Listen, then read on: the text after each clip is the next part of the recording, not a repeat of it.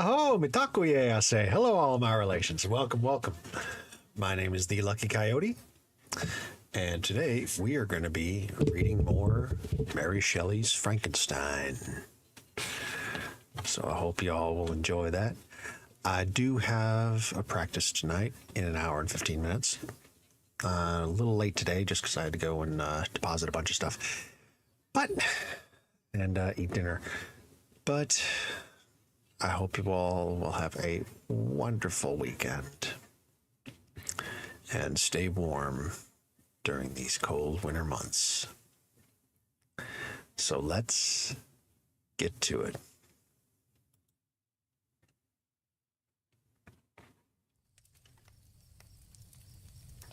Chapter 4. I lay on my straw, but I could not sleep.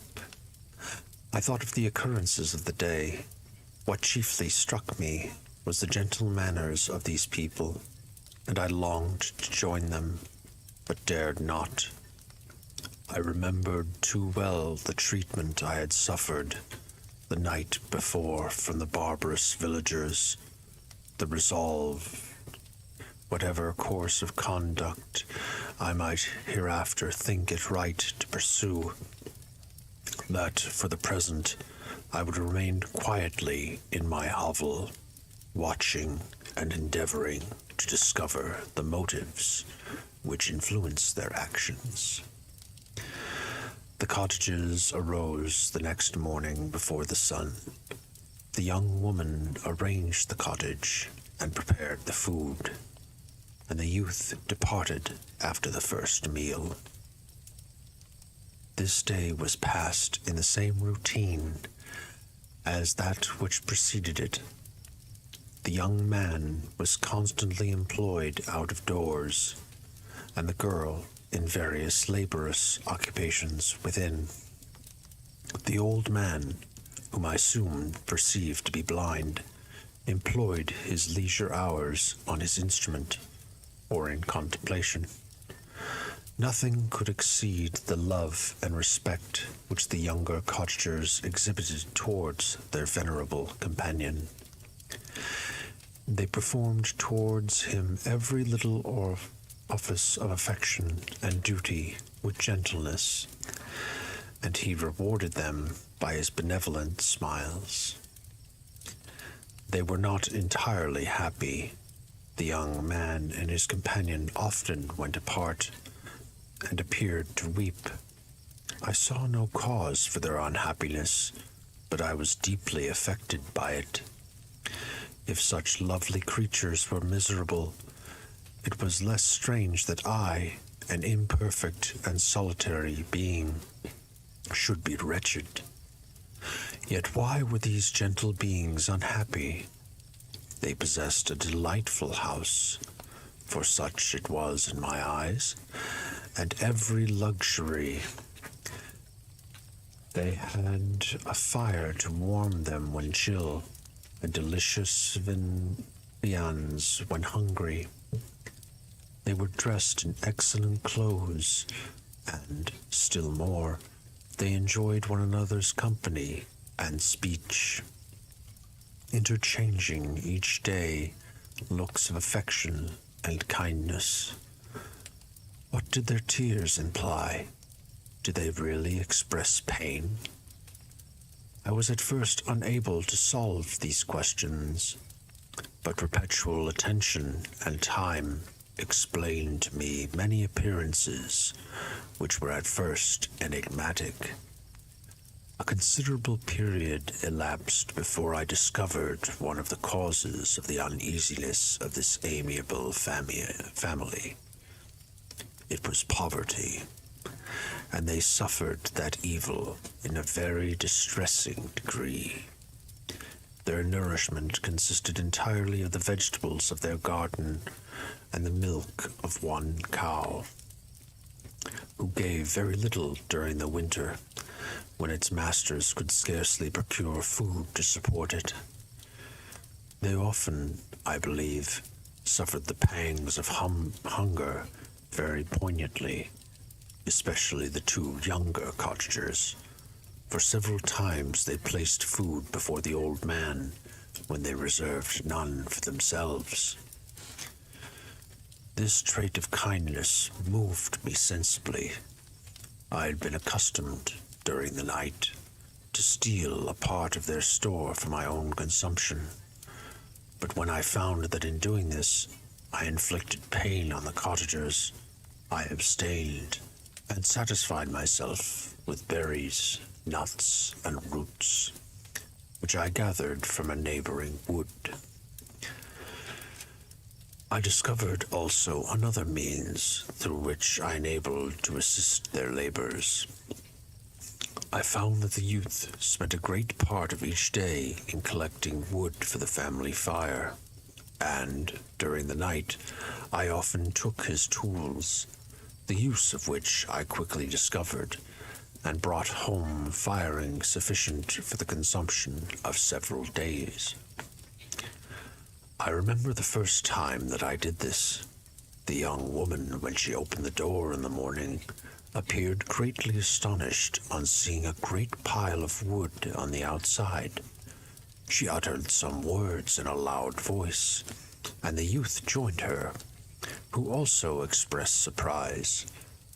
I observed, with pleasure, that he did not go to the forest that day, but spent it in repairing the cottage and cultivating the garden. By degrees I made a discovery of still greater moment. I found that these people possessed a method of communicating their experience and feelings to one another by articulate sounds. I perceived that the words they spoke sometimes produced pleasure or pain, smiles or sadness, in the minds and countenances of the hearers. This was indeed a godlike science, and I ardently desired to become acquainted with it, but I was baffled in every attempt I made for this purpose. Their pronunciation was quick, and the words they uttered, not having any apparent connection with visible objects, I was unable to discover any clue by which I could unravel the mystery of their reference. By great application, however, and after having remained during the space of several revolutions of the moon in my hovel, I discovered the names that were given to some of the most familiar objects of discourse. I learned and applied the words fire, milk, bread, and wood. I also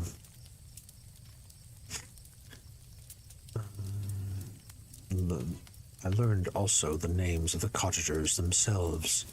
The youth and his companion had each of them several names, but the old man had only one, which was father.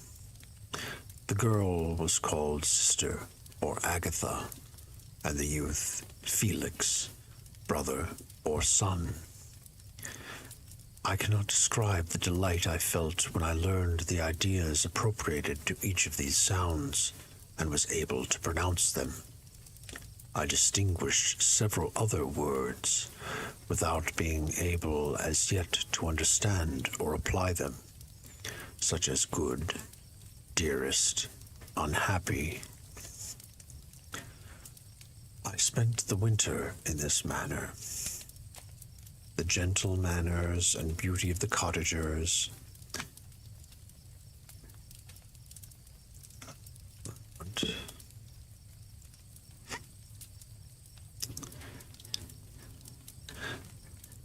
greatly endeared them to me. When they were unhappy, I felt depressed. When they rejoiced, I sympathized in their joys. I saw few human beings beside them, and if any other happened to enter the cottage, their harsh manners and rude gait only enhanced to me the superior accomplishments of my friends. The old man, I could perceive, often endeavored to encourage his children, and sometimes I found that he called them to cast off their melancholy. He would talk in a cheerful accent, with an expression of goodness that bestowed pleasure even upon me. Agatha listened with respect, her eyes sometimes filled with tears, which she endeavored to wipe away unperceived. But I generally found that her countenance and tone were more cheerful after having listened to the exhortations of her father. It was not thus with Felix. He was always the saddest of the group, and even to my unpracticed senses, he appeared to have suffered more deeply than his friends. But his countenance was more sorrowful, his voice was more cheerful than that of his sister, especially when he addressed the old man. I could mention innumerable instances which, although slight, marked the dispositions of these amiable cottagers. In the midst of poverty and want, Felix carried with pleasure to his sister the first little white flower that peeped out from beneath the snowy ground. Early in the morning, before she had risen, he cleared away the snow that obstructed her path to the milk-house, drew water from the well, and brought the wood from the outhouse, where, to his perpetual astonishment, he found his store always replenished by an invisible hand. In the day, I believe, he worked sometimes for a neighboring farmer, because he often went forth and did not return until dinner, yet brought no wood with him. At other times he worked in the garden, but as there was little to do in the frosty season, he read to the old man and Agatha. This reading had puzzled me extremely at first, but by degrees I discovered that he uttered many of the same sounds when he read as when he talked. I conjectured, therefore, that he found on the paper signs for speech which he understood, and I ardently longed to comprehend these also. But how was that possible, when I did not even understand the sounds for which they stood as signs? I improved, however, sensibly in this science, but not sufficiently to follow up any kind of conversation, although I applied my whole mind to the endeavor, for I easily perceived that, although I eagerly longed to discover myself to the cottagers, I ought not to make the attempt until I had first become master of their language, which knowledge might enable me to make them overlook the deformity of my figure. For with this also the contrast perpetually presented to my eyes had made me acquainted. I had admired the perfect forms of my cottagers, their grace, beauty, and delicate complexions. But how was I terrified when I viewed myself in a transparent pool. At first I stared back, unable to believe that it was indeed I who was reflected in the mirror. And when I became fully convinced that I was in reality the monster that I am, I was filled with the bitterest sensations of despondence and mortification. Alas, I did not yet entirely know the fatal effects of this miserable deformity. As the sun became warmer and the light of the day longer, the snow vanished, and I beheld the bare trees and the black earth. In this time Felix was more employed, and the heart-moving indications of impending famine disappeared. Their food, as I afterwards found, was coarse, but it was wholesome, and they produced a sufficiency of it. Several new kinds of plants sprung up in the garden, which they dressed, and these signs of comfort increased daily as the season advanced. The old man, leaning on his son, walked each day at noon, when it did not rain, as I found it was called when the heavens poured forth its waters. This frequently took place, but a high wind quickly dried the earth, and the season became far more pleasant than it had been. My mode of life in my hovel was uniform. During the morning, I attended the motions of the conifers, and when they were dispersed in various occupations, I slept. The remainder of the day was spent in observing my friends. When they had retired to rest, if there was any moon, or the night was starlight, I went into the woods and collected my own food and fuel for the cottage. When I returned, as often as it was necessary, I cleared their path from the snow and performed those offices that I had seen done by Felix. I afterwards found that these labors, performed by an invisible hand, greatly astonished them, and once or twice I heard them, on these occasions, utter the words, "Good spirit," "wonderful," but I did not then understand the signification of these terms. My thoughts now became more active, and I longed to discover the motives and feelings of these lovely creatures. I was inquisitive to know why Felix appeared so miserable, and Agatha so sad. I thought, foolish wretch, that it might be in my power to restore happiness to those deserving people. When I slept, or was absent, the forms of the venerable blind father and gentle Agatha and the excellent Felix flitted before me.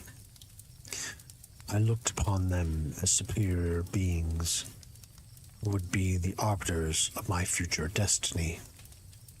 I formed in my imagination 1,000 pictures of presenting myself to them and their reception of me.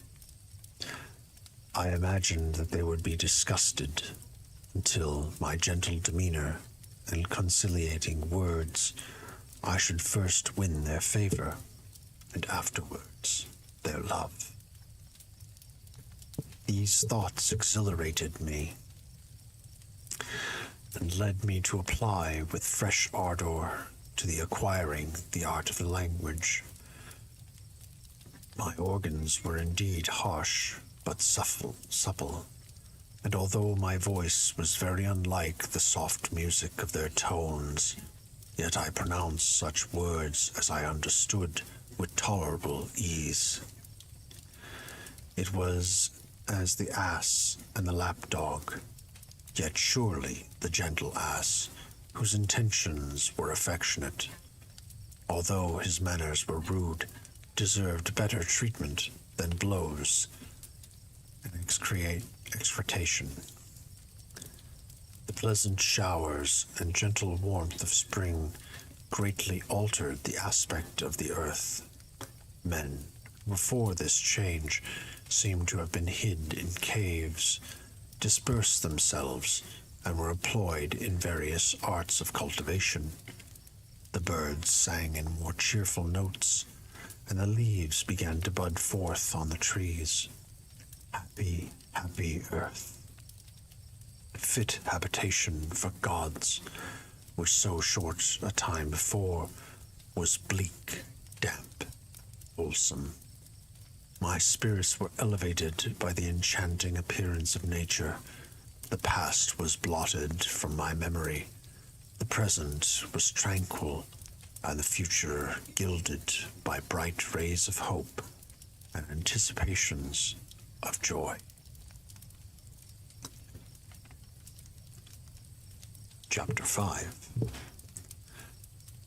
I now hasten to the more moving part of my story. I shall relate events that impressed me with such feelings which, from what I was, have made me what I am. Spring advanced rapidly, the weather became fine, and the skies cloudless.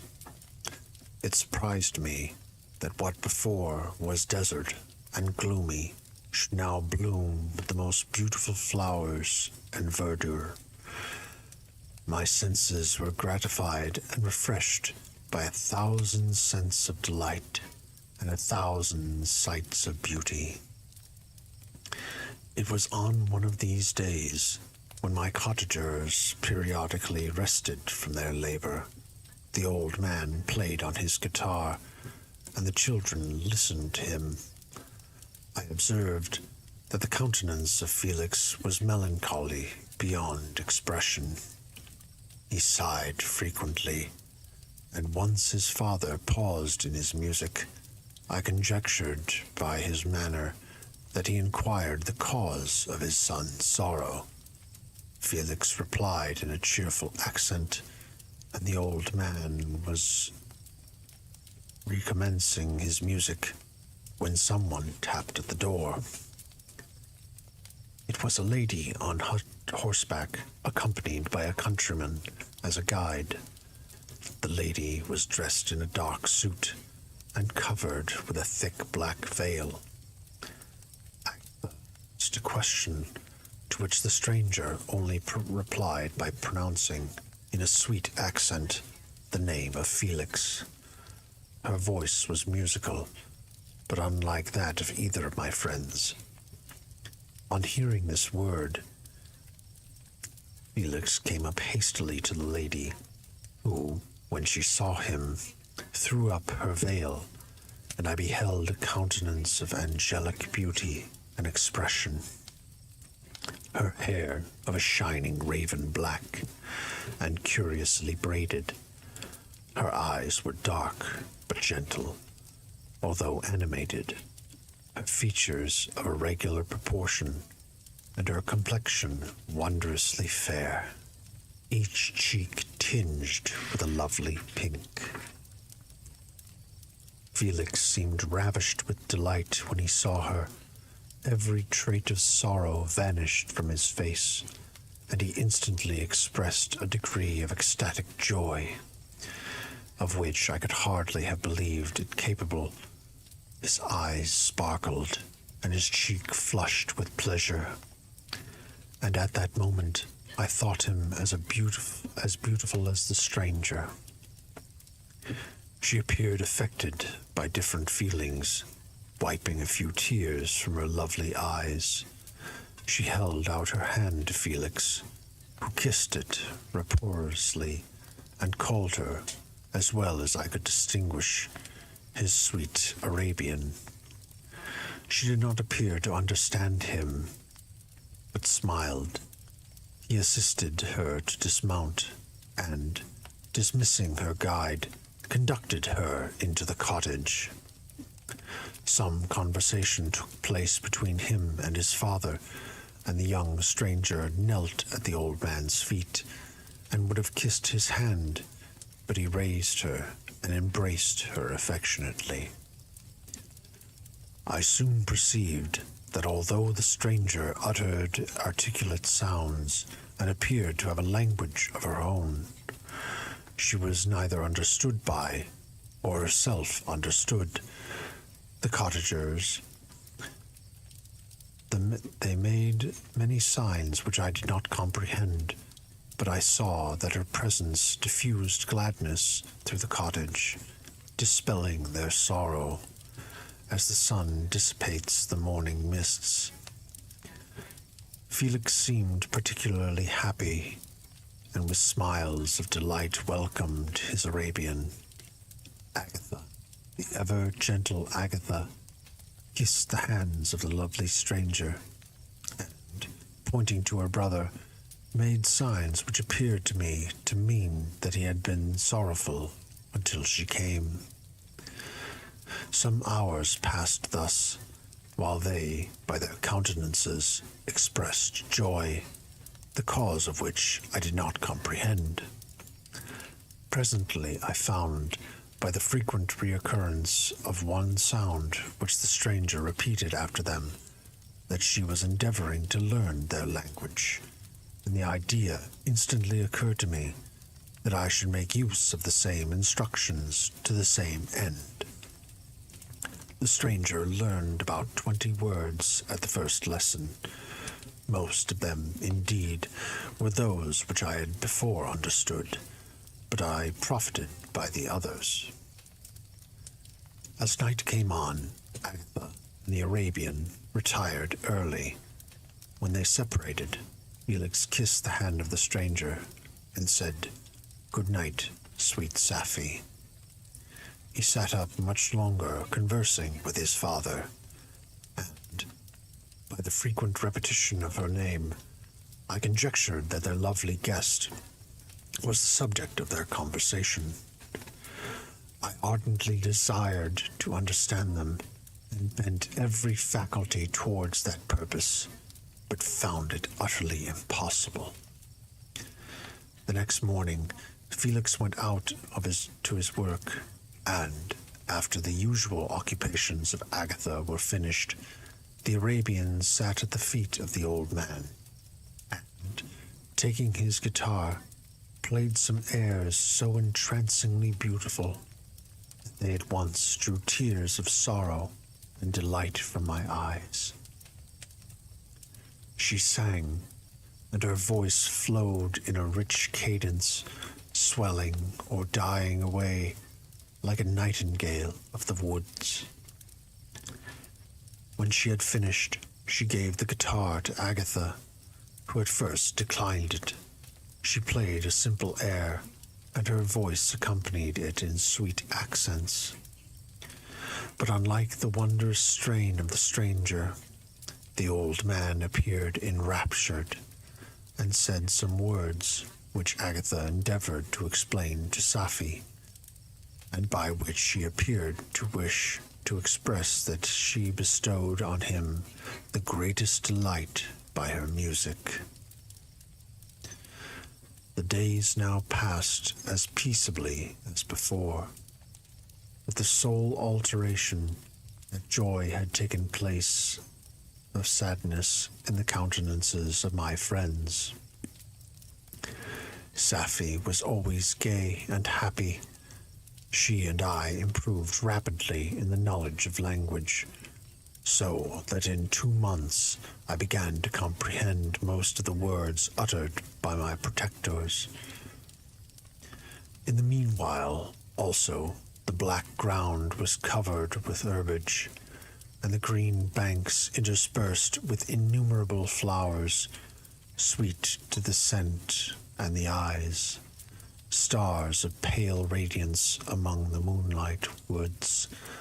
The sun became warmer, the nights clear and balmy, and my nocturnal rambles were an extreme pleasure to me, although they were considerably shortened by the late setting and early rising of the sun, for I never ventured abroad during daylight, fearful of meeting with the same treatment as I had formerly endured in the first village which I entered. My days were spent in close attention, that I might more speedily master their language, and I may boast that I improved more rapidly than the Arabian, who understood very little and conversed in broken accents, whilst I comprehended and could imitate almost every word that was spoken. While I improved in speech, I also learned the science of lectures, and was taught as it was taught to the strangers. And this opened before me a wide field of wonder and delight. The book from which Felix instructed Safie was Volney's Ruins of Empires. I should not have understood the purport of this book Had not Felix, in reading it, given very minute explanations? He had chosen this work, he said, because the declamatory style was framed in imitation of the Eastern authors. Through this work, I obtained a cursory knowledge of history and a view of the several empires at present existing in the world. It gave me an insight into the manners, governments, and religions of the different nations of the earth. I heard of the slothful Asiatics, of the stupendous genius and mental activity of the Grecians, of the wars and wonderful virtue of the early Romans, of their subsequent degradation, of the decline of that mighty empire of chivalry, Christianity, and kings. I heard of the discovery of the American hemisphere, and wept when was Sapphi over the hapless fate of its original inhabitants. These wonderful narrations inspired me with strange feelings. Was man, indeed, at once so powerful, so virtuous and magnificent, yet so vicious and base? He appeared at one time a mere scion of the evil principle, and at another as all that can be conceived of noble and godlike. To be a great and virtuous man appeared the highest honor that can befall a sensitive being. To the base and vicious, as many on record have been, appeared the lowest degradation. Condition more abject than that of the blind mole or the harmless worm. For a long time, I could not conceive how one man could go forth to murder his fellow, or why, or even why there were laws and governments. But when I heard details of vice and bloodshed, my wonders ceased, and I turned away with disgust and loathing. Every conversation with the cottagers now opened new wonders to me, whilst I learned the instructions which Felix bestowed upon the Arabian. The strange system of human society was explained to me. I heard of the division of property, of immense wealth and squalid poverty, of rank, descent, and noble blood. The words induced me to turn towards myself. I learned that the possessions most esteemed by your fellow creatures were high and unsullied descent united with riches. A man might be respected with only one of these acquisitions, but without either he was considered, except in very rare instances, as a vagabond and a slave, doomed to waste his powers for the profit of the chosen few. And what was I?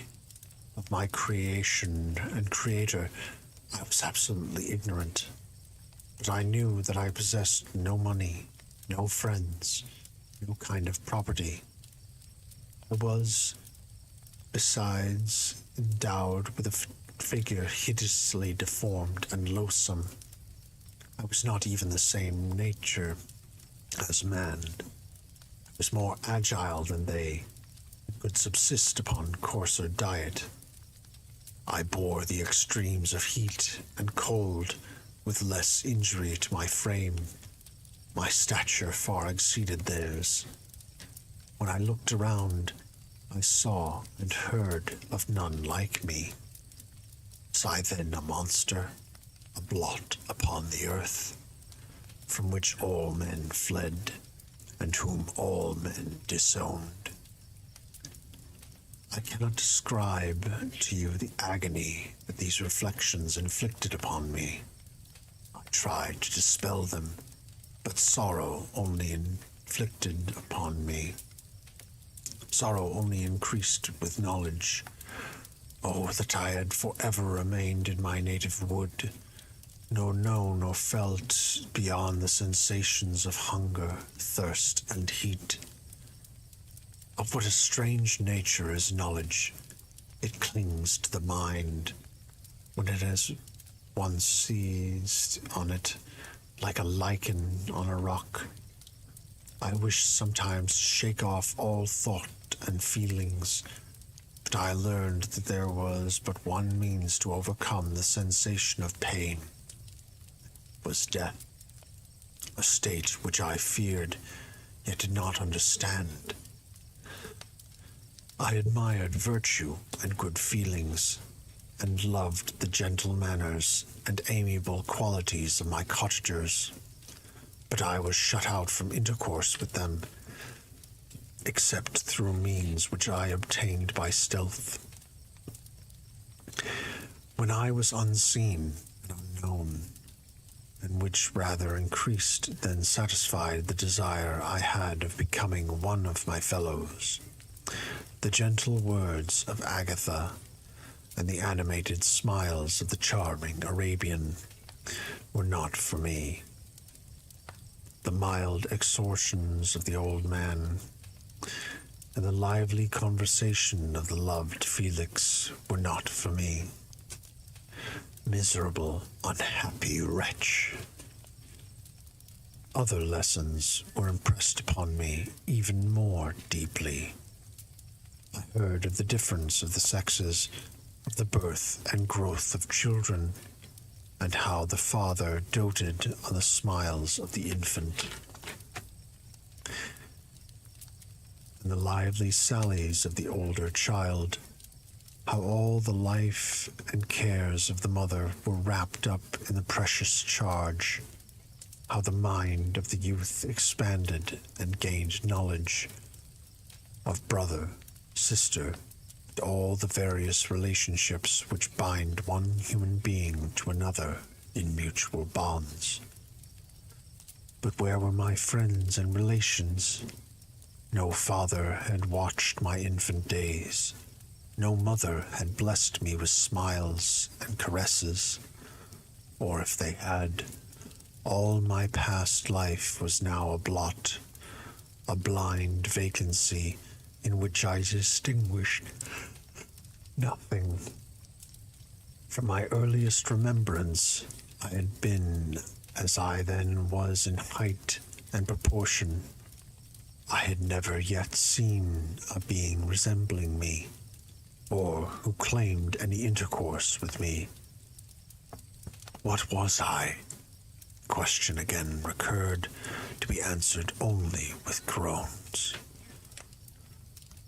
I will soon explain to what these feelings tended, but allow me now to return to the cottagers, whose story greatly excited me such various feelings of indignation, delight, and wonder, but which all terminated in additional love and reverence for my protectors. For so I loved in an innocent, half painful self-deceit to call them. End of chapter 5. One moment, chat, while I take a quick drink to wet my whistle.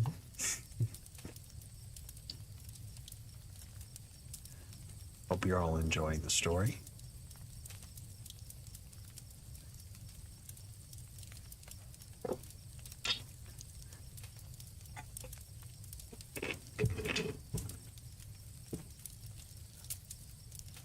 That's better. Now to continue. Good. Chapter 6. Some time elapsed before I learned the history of my friends. It was one which could not fail to impress itself deeply on my mind, unfolding as it did a number of circumstances, each interesting and wonderful to one so utterly inexperienced as I was. The name of the old man was de Lacy. He was descended from a good family in France, where he had lived for many years in affluence, respected by his superiors and beloved by his equals. His son was bred in the service of his country, and Agatha had ranked with ladies of the highest distinction. A few months before my arrival, they had lived in a large and luxurious city called Paris, surrounded by friends, and possessed of every enjoyment which virtue, refinement, and intellect or taste, accompanied by a moderate fortune, could afford. The father of Safi had been the cause of their ruin. He was a Turkish merchant and inhabited Paris for many years, when, for some reason which I could not learn, he became obnoxious to the government. He was seized and cast into prison the very day that Safi arrived from Constantinople to join him. He was tired and condemned to death. The injustice of his sentence was very flagrant. All Paris was indignant, and it was judged that his religion and wealth, rather than the crime alleged against him, had been the cause of his condemnation. Zion T15, thank you for the follow. Thank you for following. Felix had been present at the trial.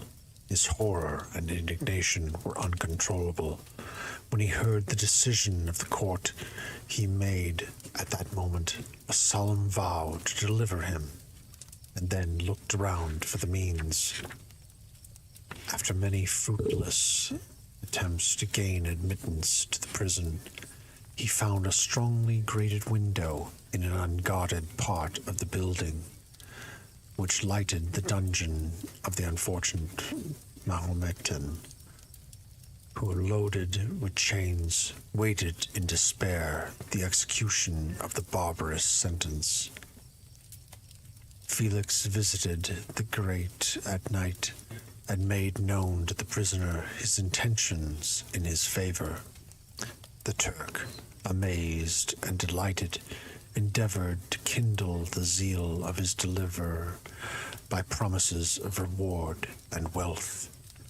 Felix rejected his offers with contempt, yet when he saw the lovely Safi, who was allowed to visit her father, and who, by her gestures, expressed her lively gratitude, the youth could not help owning to his own mind that the captive possessed a treasure which would fully reward his toil and hazard.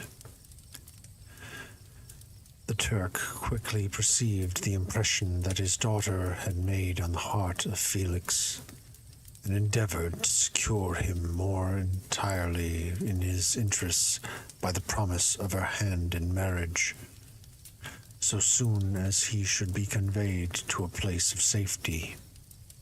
Felix was too delicate to accept this offer, yet he looked forward to the probability of that event as to the consummation of his happiness.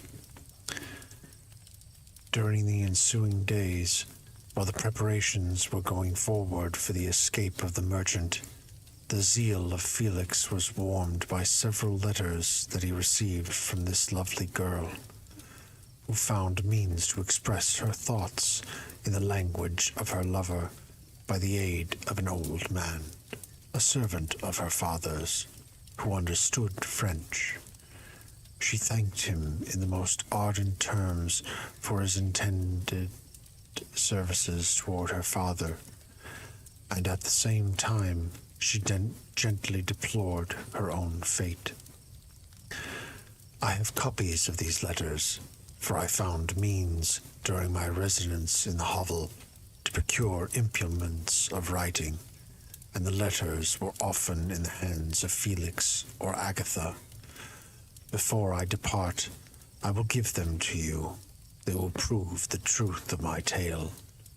But at present, as the sun is already far declined, I shall only have time to repeat the substance of them to you.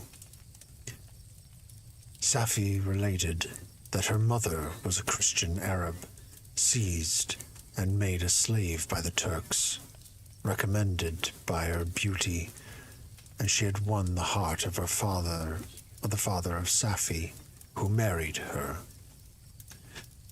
The young girl spoke in high and enthusiastic terms of her mother, who, born in freedom, spurned the bondage to which she was now reduced. She instructed her daughter in the tenets of her religion and taught her to aspire to higher powers of intellect and an independence of spirit forbidden to the female followers of Mahomet. This lady died, but her lessons were indelibly impressed on the mind of Safi, who sickened at the prospect of again returning to Asia and the being immured within the walls of a harem, allowed only to occupy herself with puerile amusements, ill-suited to the temper of her soul, now accustomed to grand ideas and noble emulation for virtue. The prospect of marrying a Christian and remaining in a country where women were allowed to take a rank in society was enchanting to her. The day for the execution of the Turk was fixed, but on the night previous to it, he had quitted prison, and before morning was distant many leagues from Paris. Felix had procured passports in the name of his father, sister, and himself. He had previously communicated his plan to the former, who aided the deceit by quitting his house under the pretense of a journey, and concealed himself with his daughter in an obscure part of Paris. Felix conducted the fugitives through France to Lyon and across Mancienne to Leghorn, where the merchant had decided to wait a favorable opportunity of passing into some part of the Turkish dominions. Safi resolved to remain with her father until the moment of his departure, before which time the Turk renewed his promise that he should be united to his deliverer, and Felix remained with them in expectation of that event, and in the meantime he enjoyed the society of the Arabian, who exhibited towards him the simplest and tenderest affection. They conversed with one another through the means of an interpreter, and sometimes with the interpretation of looks, and Safi sang to him the divine airs of her native country. The Turk allowed this intimacy to take place and encouraged the hopes of the youthful lovers, while in his heart he had formed far other plans. He loathed the idea that his daughter should be united to a Christian, but he feared the resentment of Felix if he should appear lukewarm, for he knew that he was still in the power of his deliverer. If he should choose to betray him to the Italian state which they inhabited, he resolved 1,000 plans by which he should be enabled to prolong the deceit until it might no longer be necessary.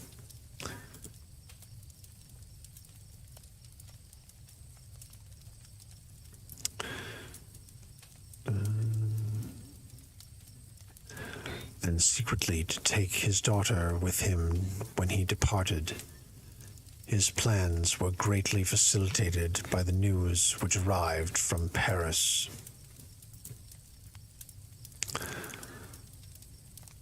The government of France was greatly enraged at the escape of their victim, and spared no pains to detect and punish his deliverer.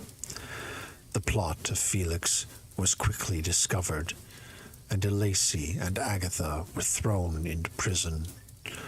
The news reached Felix and roused him from his dream of pleasure.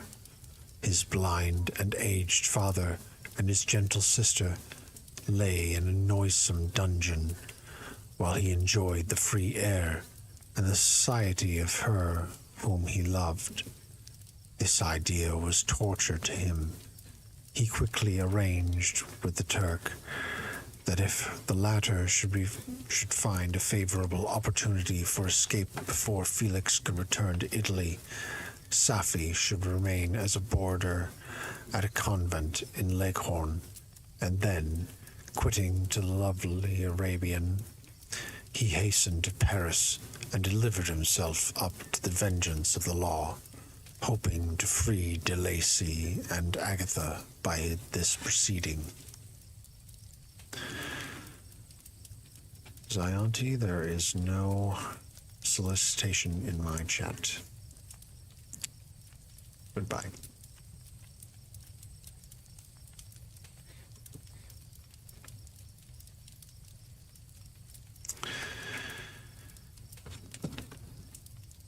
He did not succeed. They remained confined for 5 months before the trial took place, the result of which deprived them of their fortune and condemned them to perpetual exile from their native country. One moment while I get a quick drink.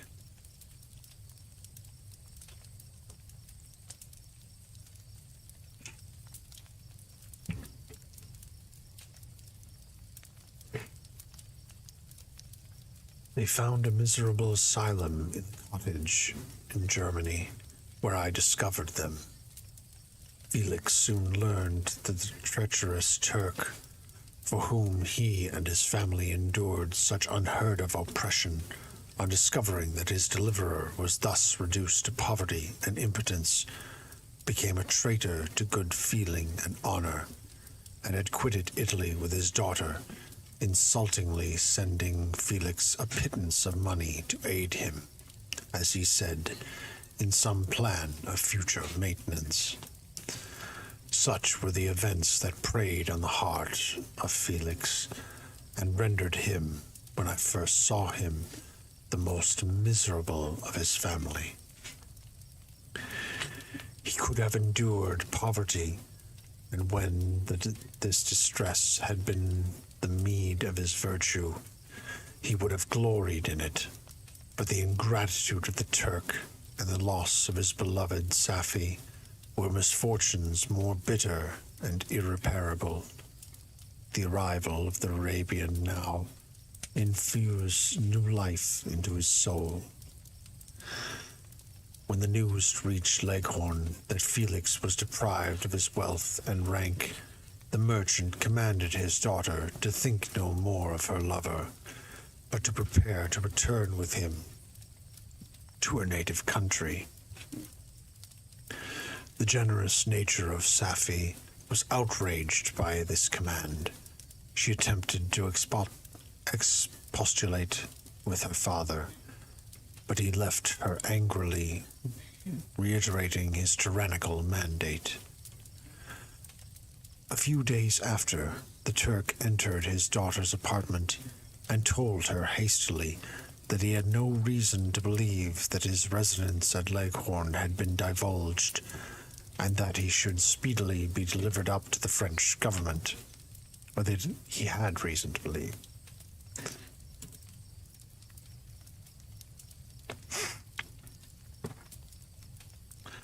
He had, consequently, hired a vessel to convey him to Constantinople, for which city he should sail in a few hours. He intended to leave his daughter under the care of a confidential servant, to follow at her leisure with the greater part of his property, which had not yet arrived at Leghorn. When alone, Safi resolved in her own mind the plan of conduct that would become her to pursue in this emergency. A residence in Turkey was abhorrent to her. Her religion and feelings were alike to advise it.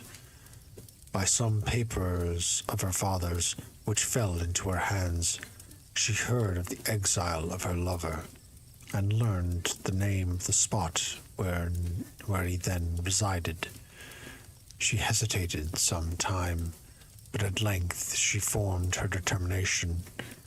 Taking with her some jewels that belonged to her, and a small sum of money, she quitted Italy with an attendant, a native of Leghorn, but who understood the common language of Turkey, and departed for Germany. She arrived in safety at a town about 20 leagues from the cottage of De Lacy, when her attendant fell dangerously ill.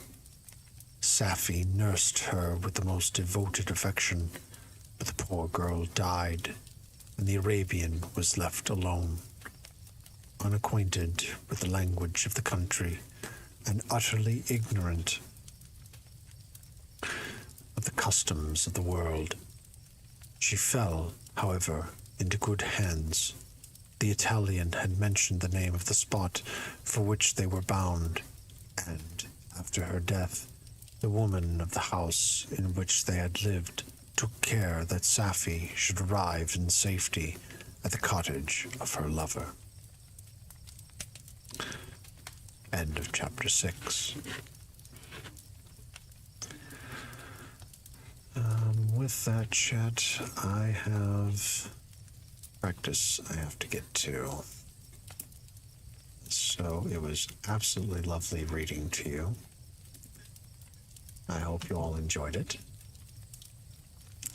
And we are going to see whom we can raid. So let's see whom is available.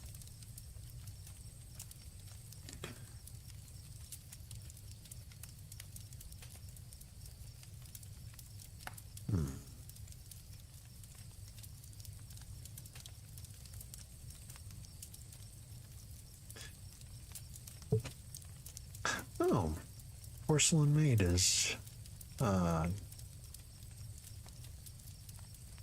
just chatting. So we're going to drop in on them. Yeah, we board games. That sounds interesting. Right. So we're going to stop by and say hi to them. Let's give them a quick shout out real quick.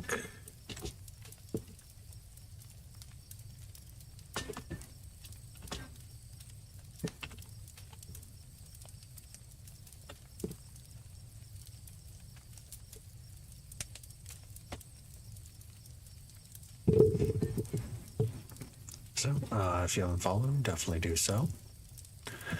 I want to thank you all for coming out.